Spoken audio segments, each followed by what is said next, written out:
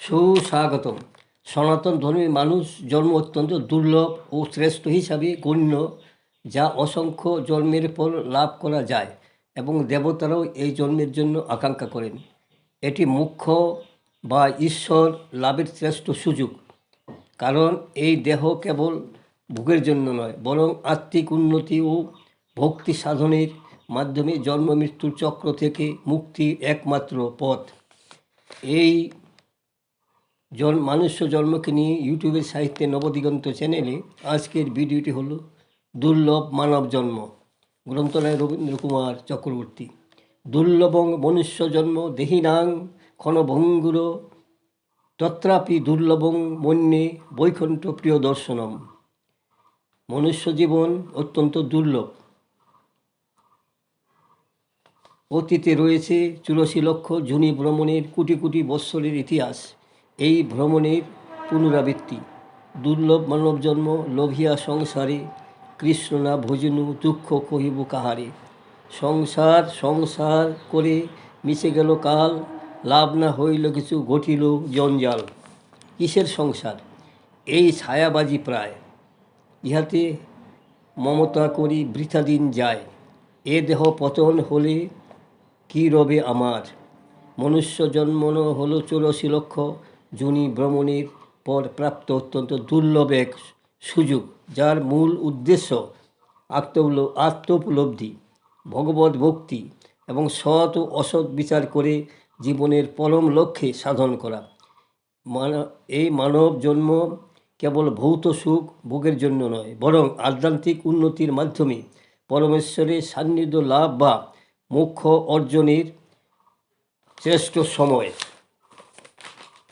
মানব জীবন সৎচিন্তা একটি মূল্যবান সম্পদ। সৎচিন্তা, সদ্ভাবনা আমাদের ব্যক্তিগত জীবনে স্বচ্ছতা ও শান্তি আনে। যখন আমরা সৎভাবে চিন্তা করি, তখন আমাদের মনে কোনো রকমের দ্বন্দ্ব বা সন্দেহ থাকে না। সৎচিন্তা ও সদ্ভাবনা হলো জীবনের স্বচ্ছতা, মানসিক শান্তি এবং নৈতিকতার মূল ভক্তি, যা ভণ্ডামিহীন আচরণ এবং ইতিবাচক কর্মের মাধ্যমে ব্যক্তিগত ও সামাজিক উন্নতি তৈরি করে। এটি নিজের প্রতি সত্যবাদী থাকা, মানুষের জন্য কল্যাণ করা, চিন্তা করা এবং কঠিন সময়েও নীতিতে অটল থাকার শক্তি যোগায়। দুর্লভ মানব জীবনে থাকবে বিশ্ববোধ। বিশ্ববোধ হলো সমগ্র বিশ্বের সাথে নিজের আত্মিক ও মানবিক সংযোগ অনুভব করার একটি মানসিকতা।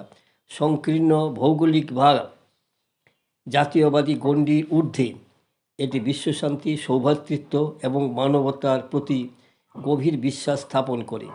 রবীন্দ্রনাথ ঠাকুর তার রচনা ও দর্শনে বিশ্ববোধের ধারক হিসাবে সমগ্র পৃথিবীকে এক পরিবার হিসাবে দেখার কথা বলেছেন। মনুষ্য জন্ম দুর্লভ জন্ম। মানুষের জন্ম মাত্রই হয় না পশুপক্ষী, জন্ম মাত্রই পশুপক্ষী হয় না। তরুলতা কেবল তরুলতাই থাকে, কিন্তু মানুষকে অনেক সাধনায় মানুষ হতে হয়, এমনটি মনে করেছিলেন রবীন্দ্রনাথ। বিবেকানন্দের ভাবনাতে ছিল অলরাউন্ড ডেভেলপমেন্ট অফ ম্যান, মনুষ্যত্বের সর্বাঙ্গীন বিকাশ। মানুষের মধ্যে রয়েছে দুটি সত্তা, একটি তার বস্তু সত্তা, অন্যটি তার প্রাণ সত্তা। বস্তু জড়িয়ে রয়েছে শৈব প্রয়োজনের সঙ্গে, আর প্রাণসত্তা হলো মানুষের অন্তরের ধর্ম, প্রাণ ধর্ম। জীবজন্তুর মধ্যে কেবল জৈব ধর্ম আছে বলেই জৈব জীবন সার্থক হতে পারে না। আর প্রাণ ধর্মের বিকাশ মনুষ্য জীবনের একটি অনিবার্য বৈশিষ্ট্য, যার সঙ্গে জড়িত রয়েছে কল্যাণ ধর্ম।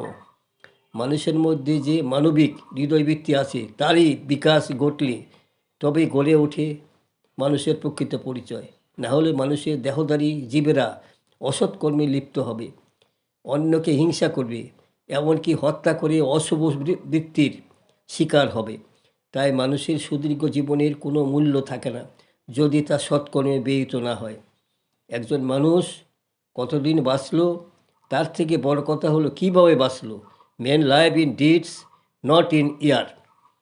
আবার আজকাল পথে ঘাটে কোনো মানুষ বিপদে পড়লে বা আক্রান্ত হলে বেশিরভাগ পথচারী পাশ কাটিয়ে চলে যায়। যদিও এ ঘটনা প্রত্যক্ষ পরোক্ষভাবে অনুধাবন করে অনেক মানুষই রাস্তাঘাটে মানবতার পরিচয় দিতে গেলে ঝামেলার মধ্যে জড়াতে চান না। বা অন্যের বিপদে সাহায্য করতে এগিয়ে আসেন না। ফলে দিন দিন দুর্বৃত্তরা আরও বেশি করে সাহসী হয়ে তাদের কুবৃত্তির মাত্রা বাড়িয়ে দিচ্ছে। সমস্ত বিচার বিবেচনা সম্পন্ন মানুষের ভাববার দরকার। যে কোনো খারাপ কাজের বিপক্ষে সংঘবদ্ধভাবে প্রতিবাদ না করে তুলতে পারলে একদিন সমগ্র মানব সমাজ সভ্যতা ধ্বংস হয়ে যাবে। আর এর থেকে বাঁচতে সর্বাগ্রে দরকার মানুষের মানবিক মনের উৎকর্ষতা। মানুষের জন্যে, জীবনের জন্যে একটু সহানুভূতি কি মানুষ আশা করবে না? তো ব্যতিক্রমী এই যে, এমনটা জোর দিয়ে বলা যাবে না। আর ব্যতিক্রমী যে আছে তা প্রতিবেদকের জীবনে দুটি ঘটনা উল্লেখ করলে প্রতিবেদকের উপসংহারটি সারশূন্য হয়ে যাবে। পরিশেষে বলি, সব কল্যাণ কর্মেরই সূচনা হয় ব্যক্তির ক্ষুদ্র গৃহাঙ্গন থেকে। গৃহাঙ্গনের এই ক্ষুদ্র স্বর্ণযজ্ঞ ধীরে ধীরে ব্যক্তিকে প্রথমে সমাজের হিতকর্মে এবং পরে রাষ্ট্র ক্ষেত্রে বৃহৎ কর্মে উদ্বুদ্ধ করে। বিশ্ববধূ তেমনি করেই সেই ব্যক্তির মধ্যে বিকশিত হতে শুরু করে। কবির ভাষায়, মহাজ্ঞানী মহাজন যে পথে করেছে গমন, প্রাতঃস্মরণীয় সেই পথ লক্ষ্য করি, স্বীয় কীর্তি ধ্বজাধরে আমরা হব বরণীয়। বন্ধুগণ, আমার এই সংক্ষিপ্ত ভিডিওখানি এখানে শেষ হলো। যদি আপনার মনে কোথাও সাবস্ক্রাইব, শেয়ার এবং লাইক করতে ভুলবেন না যেন।